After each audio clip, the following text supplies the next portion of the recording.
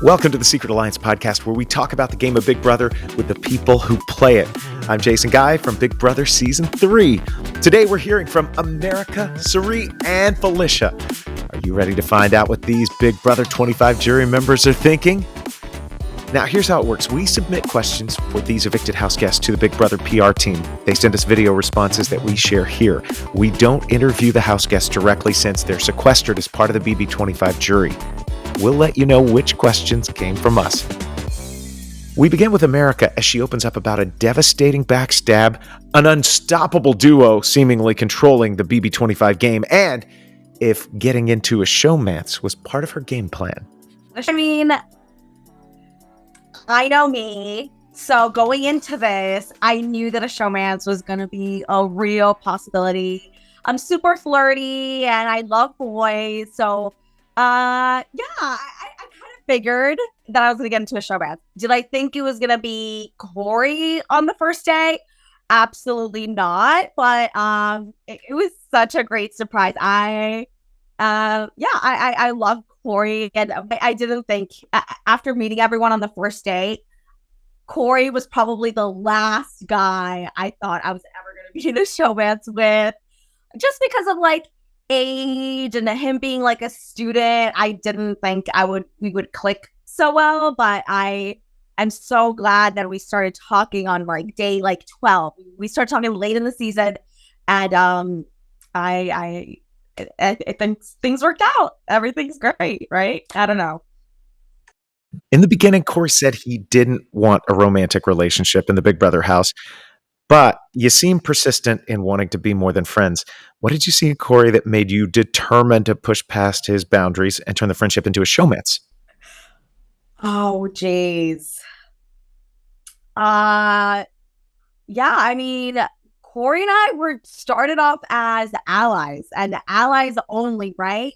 When he came to me with a final two, I had already like developed a little crush on him. So I was like, okay, yay, final two, but like, are you gonna kiss me or not? Right? Like, what's the vibe here? We just clicked so well, and I love talking to him. In a house full of just like annoying, obnoxious people, he was like the one person that I like didn't feel like overwhelmed with. I could just sit with him, and it was actually relaxing. I didn't feel like I didn't feel the pressure of the game and all these different factors, right? Like when I was speaking to him, it was I guess I was persistent, right? Maybe just a little bit. He told me that his boundaries were cuddling, and I was like, well, let's see if how true that is, right? It's just something about him. I don't know. You got to meet Cory. He's literally the funniest guy I have ever met. And in a house full of like really funny people, him being the funniest is like a big deal. He's so funny. He's so witty. He's so intelligent. And I just knew that I had to get to know him more. And I wanted more. I don't know. How do you want fans to remember your game this season? Oh, okay. I want fans to remember my game this season as, I don't know, hopefully not just someone that was being carried to the end. I know how annoying that is to watch when someone's just like, especially when someone's not winning competitions, they're just they're just going with the flow of things or floating around and going to whoever's in power. I'm really hoping that's not what the fans saw or perceived. I really was trying at the beginning to lay low. I know how this game works. I know that creating alliances and like making all these big game moves at the beginning can cause you to have a big target on your back. And I really wanted to make it beyond the first few weeks. So I try to be as strategic as I could be with what I have, with what I had, right? So at the beginning, I was trying to lay low. And then, once we wrapped it up and we were like halfway through the season, I was just making it week by week, trying to maneuver as best as I could. It's just so hard. I hope fans remember know that it's a hard. It is so difficult. Week by week, there's just so much pressure and so much stress. I hope I handled it. I thought I handled it well. I hope the fans saw that. Here's one from us. Please explain to us what was happening in the house in the moments before your eviction. Oh my God, complete chaos right before my eviction. Everything was happening so fast. I had just been on the block next to Blue. So that felt like a whirlwind of emotions, right? She had just been sort of blindsided, and a double eviction, never easy. The first one wasn't easy, and there were like 11 people in the house then. This one with 6 people was even harder. Everything was happening so fast. When Bowie Jane won, I really thought I had a chance, right? I had been trying to get closer to her all week and try to be like her bestie in this game, but overall, I just couldn't convince her to not put me up. And I told her, when she told me that I was going up next to Felicia, I told her, I was like, Bowie, if you put me up, I'm going home. They're going to evict me. They talking about Matt and Jag, because I knew what their plans were, right? Blue was out the door. I was definitely next on their list. I just couldn't do anything. It was just heartbreaking, and I didn't think that I was going to be that overwhelmed with like my emotions. I was just begging and pleading Matt and Jag, like, please, I'll keep you guys safe. I'll do anything. Please keep me in. And Jag couldn't even look at me. So I knew then that there was nothing I could do, and that was the end. That was the end for me. Outside of your eviction and Cory's eviction, when were you most frustrated you didn't have the power to shift this game? Definitely so I was definitely, after me and Cory's blindside, definitely the most frustrated last night during my eviction. I'm looking at Bowie and I'm telling her, like, Bowie, do not put me up. I am going to go home. They told me they want me to go home. Like, I heard that I'm next on the list. I'm next to go home. Like, do not do this. It was so frustrating because I just couldn't get through to her no matter what. She has like these like goo goo gaga eyes for Matt and Jag, and she's like in this sort of trance that I just couldn't pull her away from. At the end of the day, like, she's just so deep with Matt and Jag that I don't know. I was like, Bowie, come on, wake up. Like, play this game for yourself and not for them. She's like, oh, I have to put you up. I made a promise to Cirie and I can't put the boys up. And I'm like, why can't you put the boys up? Like, they should go home. Like, it was just, Bowie has been the swing vote all season. She's been a deciding factor. She's been the biggest floater, but hey, it's worked for her. It was just so frustrating that I wasn't able to get her on my side. Why do you think no one has taken a shot at Matt and Jag? I think no one has taken the shot at Matt and Jag because no one but them have been able to win anything. Oh my God, they are huge comp beasts, not just in the physical comps, but in the mental ones as well. It is so frustrating. And these competitions are so much harder than they look. Like, trust me, I thought going in here that I was going to be some sort of comp beast, right? Like, I got the mental down. I got the physical. I can do it all. But no, I got there day one. And oh my God, that balance beam crash course was hard. And I just don't think anybody has taken the shot at that because they haven't been able to. And the only other people who have won HOH since like Cam is Bowie Jane. And Bowie Jane is their little groupie who will never put them up, will never vote to evict them. So that's that. As a BB superfan, was this everything you thought it would be? Any surprises? Oh my God. As a superfan, this has been like more than I could have ever dreamed of. Every day I would wake up, even on the hard days, I would wake up and I'd be like, I cannot believe I'm in the Big Brother house. And I'd look at the cameras, look at the mirrors. hear the people in the walls. And I was like, oh my God, like I'm actually here. Literally every single day I would wake up and be just so grateful that I got to play this game, that I got to be in the house. As stressful as it is, it's my dream, and it came true, and I cannot believe that. Any surprises? I'm surprised at how cold the house is. It is cold, like freezing, like sweatpants, sweater, jacket on top of that. Bowie Jane was wearing her parka all summer long because it's just so freezing in there. What else surprised me? I mean, the fluorescent lights are it's like you're in a set and you feel like I was surprised at how easily you forget that there are cameras around. Truly, like eventually it just becomes your home. And the last 86 days, that has just been my life. And I really didn't think about, how like every move of mine was being like watched until like I'm going into the storage room, and as soon as I want to go reach for the button to request for the storage room to open, it opens up for me. And I'm like, oh my God, like they're watching. I forget. But it's been such an incredible experience. I can't believe that this happened to me. It literally feels so surreal to be back in like real life and be able to control like my own light switch is weird. Looking in the mirror and knowing that there's no camera behind it is so weird and trippy right now, but it was great. I loved it. It was an amazing experience.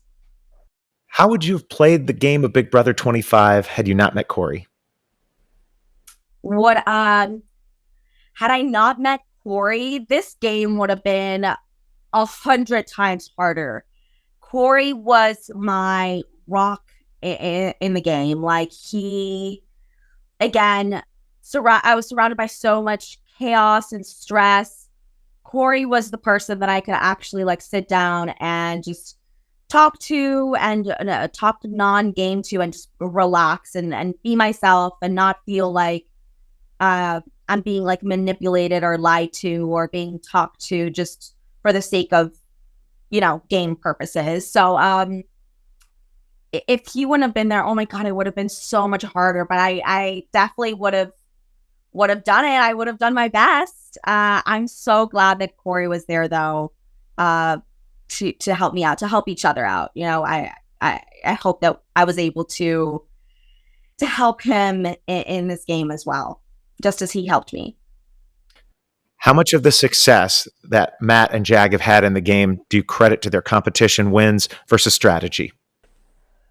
Well, first off, let's start off with Jag wouldn't even be in the game if it weren't for Matt's path to power win, right? So Jag was a huge target from the beginning for really no reason, for winning Cockadoodle Zoom, I guess. But Jag was a target from the start. He wouldn't have made it this far without Matt's path to power win. I think Matt and Jag are still in the game, a little bit of both. But I mean, at this point in the game, it's so late in the game, competition wins are everything. And they have just been dominating veto after veto. Jag, I think, has like 7 wins. 2 HOHs, 5 vetoes. That is insane. Matt has now 3 vetoes. They're comp beasts, and they've played it. They played it really well, and they made the right move, evicting Cory last week, evicting me this week, because we were definitely going to come after them the second we got the chance. It's been a bit of both, but they're doing great. They're great players. I guess I'll admit. Do you think Bowie Jane will regret nominating you? Bowie Jane will regret nominating me if Matt and Jag tell her to regret nominating me. She's a little puppy dog fangirl. She doesn't have any thoughts of her own. I am really salty about my eviction, obviously, still. But she'll see. She'll see when they turn their back on her and get her evicted that, they aren't who they say they are and they're not loyal to her in the way that she thinks. I don't know. She'll see. She'll see. Because at the end of the day, I do think that Matt and Jag have a final four with Cirie and Felicia. I mean, it would be the smartest thing to do, right? For them to pair up with the other duo who I'm sure in their eyes are weak competitors, and, you know, they can take on in the final four. So I'm sure that Bowie Jane is the next one on their list. We'll see what happens. That's a wrap on America. Next up, Cirie, and who she believes is most responsible for her eviction, and is there anything she could have done to save herself with that person? I believe that Jag is mostly responsible for my eviction. And I would have had to beat Felicia to the punch in telling Jag that Matt was targeting him. And that's not something that I really wanted to do, because I did want Matt to target him. So I would have been shooting myself in the foot by alerting him to the fact that Matt was going to come after him. Cirie, as a master of social strategy from your time on Survivor, were there any parts of employing your normal tactics in the Big Brother 25 house that caught you off guard or forced you to adjust your typical approach? I think the sharing of information and people not being able to keep secrets. Like, I'm used to alliances keeping the information within the alliance, unless, you know, there's infighting. And in Big Brother, there's no need for, there doesn't have to be infighting, and people will still tell everything. Like, even your alliance members, which is crazy to me. I'm from the old school where loose lips sink ships. So for them to talk as much as they did, that kind of threw me off. Knowing that you were coming in as a former reality TV competitor, as well as having your son in the game, what was your original strategy walking into that house, and how did it evolve? I wanted to play closely with Jared. I wanted Jared to form his own alliances. I formed my own alliances, and we meet somewhere in the middle. Once Jared's alliance imploded and Jared was evicted, then I had to kind of go under the radar and recoup and realign myself. Can you give an example of how your other reality TV experience, you know, Survivor and other shows, prepared you for the game of Big Brother?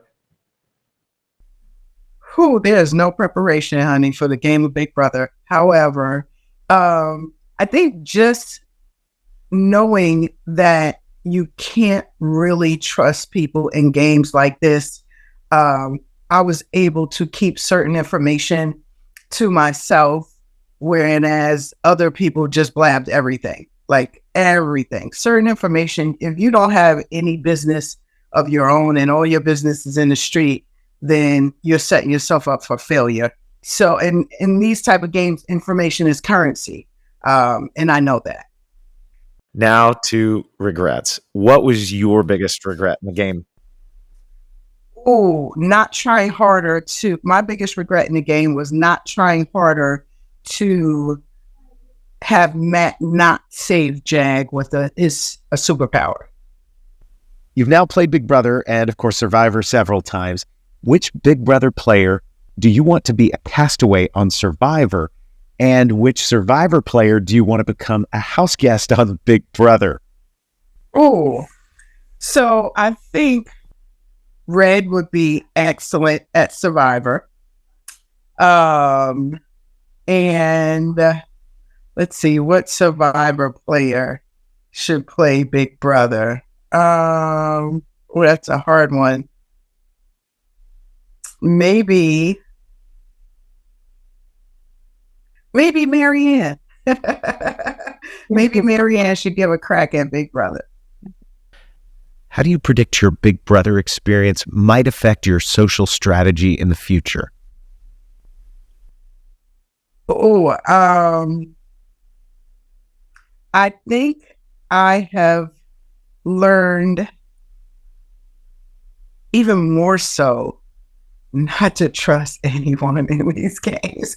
In a game that you have to trust someone, even within your own alliances, you have to limit information that's shared way more than I did. I'm used to being able to share information within my alliances and it not go anywhere, not in a game of Big Brother. Was Big Brother 25 easier or more difficult for you once Jared was evicted? Both. So the game got easier and more difficult once Jared was evicted. And it got more difficult because I had become comfortable and accustomed to having Jared, the awareness. In other games, I start off alone and I'm not expecting to have any level of comfort having someone from home there with me. You don't miss what you don't have, right? So once Jared left, I felt lonelier than I have ever felt in a game before. And it's only because I started off with that comfort from home. It got easier because I only had to worry about me. Jared's position, his alliances, or him being targeted could no longer affect me. And the last question for Cirie. Will Izzy Fields be invited to Thanksgiving dinner this year? Absolutely. Izzy is a Fields for life. I love Izzy. Izzy is so unique, so quirky, so phenomenal. I need Izzy to understand how amazing she really is and how much I really do love her. Cirie, you love her, and fans love you. Finally now to Felicia. And we're finding out the most difficult and most rewarding parts of this experience for her. So the most rewarding, I'll start there, was actually just being a part of BB25, meeting and getting to know the 16 other players in the house, proving that to myself and my family that, you know, no matter what age you are, you should never stop chasing dreams. You've been living life to the fullest. And this experience, I've said for 23 years, that one day I was going to be on Big Brother. And I'm very proud of the game that I played as a 63-year-old, and I was able to hang. And so that was rewarding for me. And also,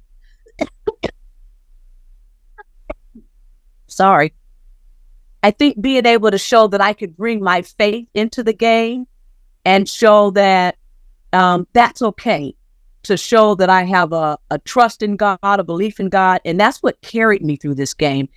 And the fact that nobody was offended by that, but it drew people to me, that was rewarding to me.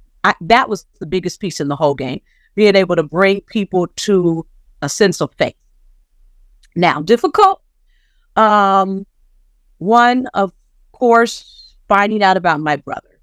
It took me a lot to stay focused in the game after I found that out. And I had to do a lot of just burying feelings, trying not to let those emotions rise to the surface, because then it caused me to kind of spiral from time to time.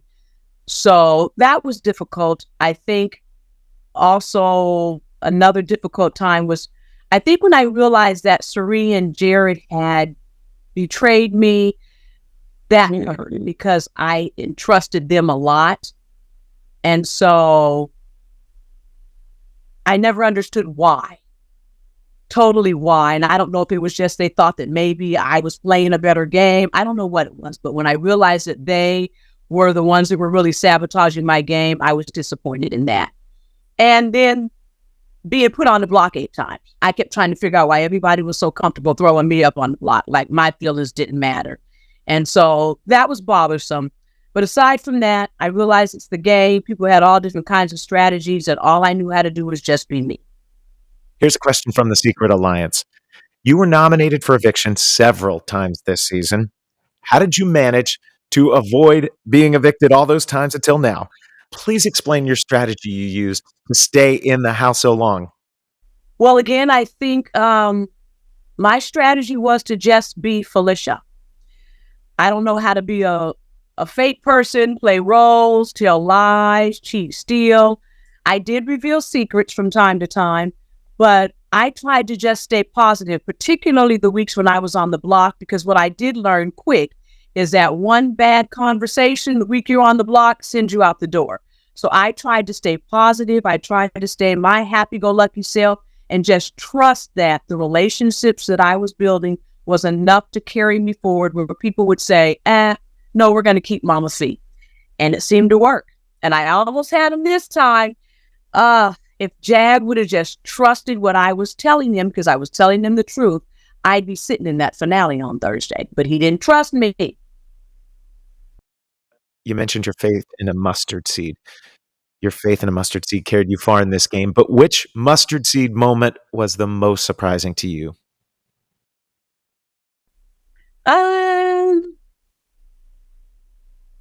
I think the Izzy vote. When I was up on the block in week 6 against Izzy, that was when I really felt like I was going home. And that was a difficult time for me. Again, that's when I found out that Cirie and Jared were working against me and everybody else was trying to keep me. And so I had to dig deep that week to stay in the house, and I realized it. Also, week 9, when I went on the block, that was right after I found out about my brother. And then I realized that, again, Cameron put me on the block, and I was up against Mimi, and I love Mimi to death, and I didn't have any harm words for Mimi. And so trying to convince the jury to keep me, convince the house guests to keep me without sabotaging Mimi, because I didn't want to sabotage Mimi. That's hard, because in order for me to fight for me, you really have to, in a way, fight against the other person. So I was trying to navigate that, where I was never fighting against her, but only fighting for me. Let's talk about your final 2 with Mr. B. What was your secret to securing such a loyal ally in the game with Mr. B? Me and Mr. B became friends from day one. When I realized that he had my best interest and I had his, it was like, look, I'm trying to help you help the house. I'm trying to help you keep this house clean.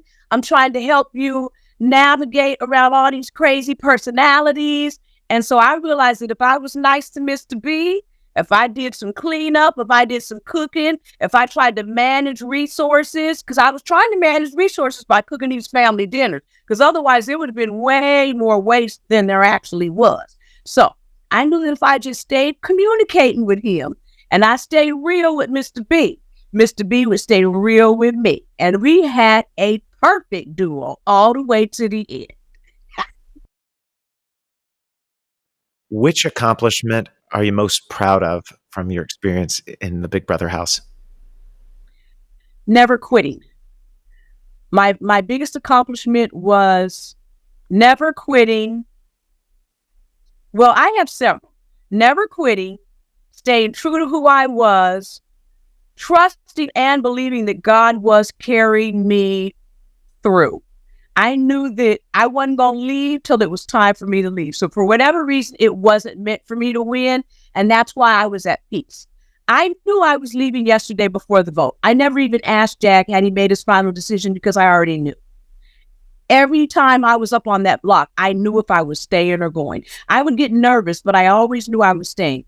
Yesterday, I knew probably within a couple hours of leaving that I was the one getting voted out, and I was okay with that.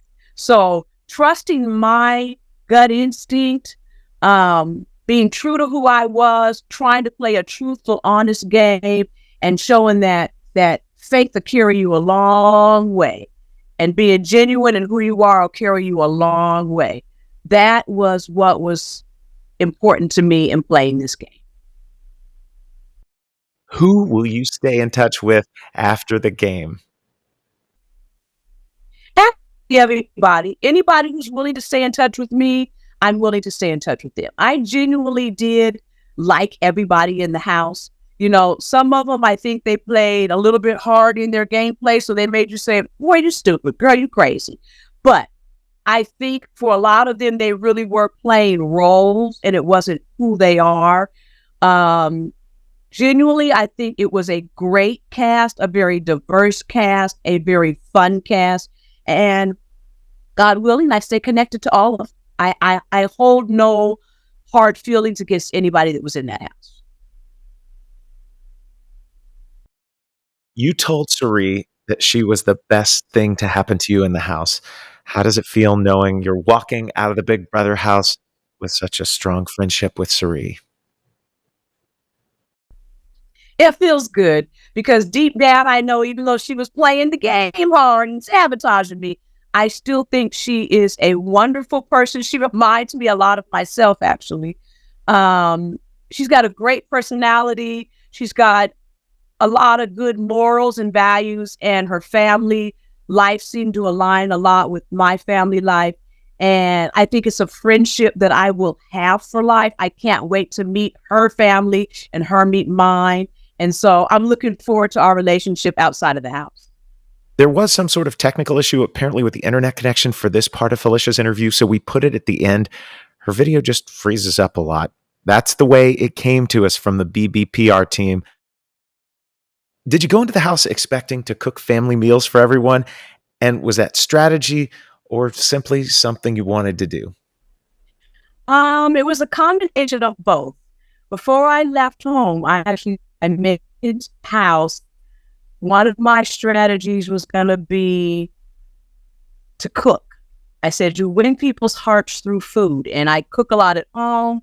We do big family gatherings. And so I figured if I could bring that piece into the house, it would quickly get me connected to people. So it was a strategy. And then it is actually something that I just enjoy doing.